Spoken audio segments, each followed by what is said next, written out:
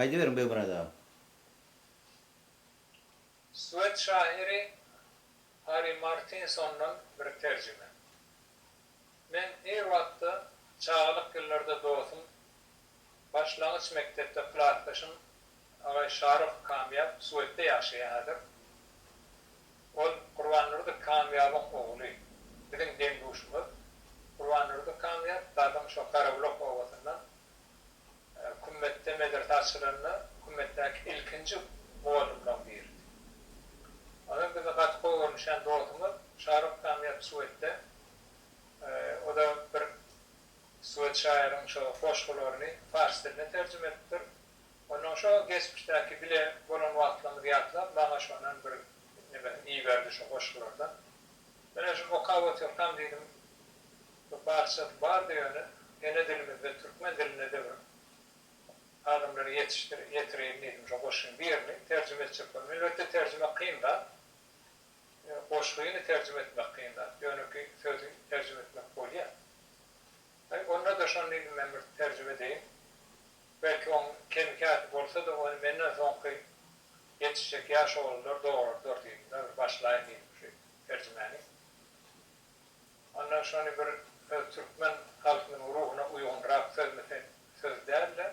Sonra bir tercüme ettim. 2005. yılda. Sonra okat bir ay. O şeyin adı Likan aganyň aşagynda öz içini gepletýär. Dedi dostum hem gadyň klassdaşym Şarif Kamyap öýdürýär.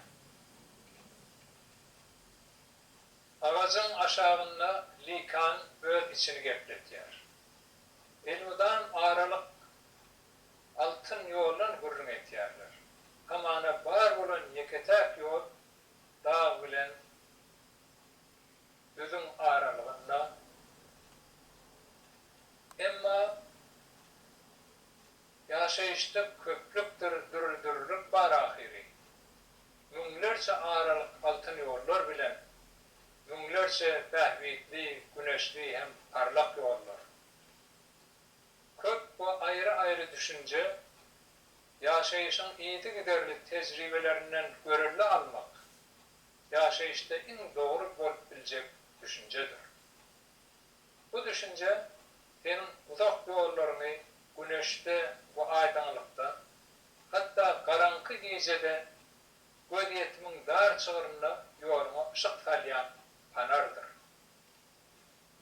Bu dünýä bir gür tokoýdyr. Gür agaçlaryň içinden ýol açmaly adamlar.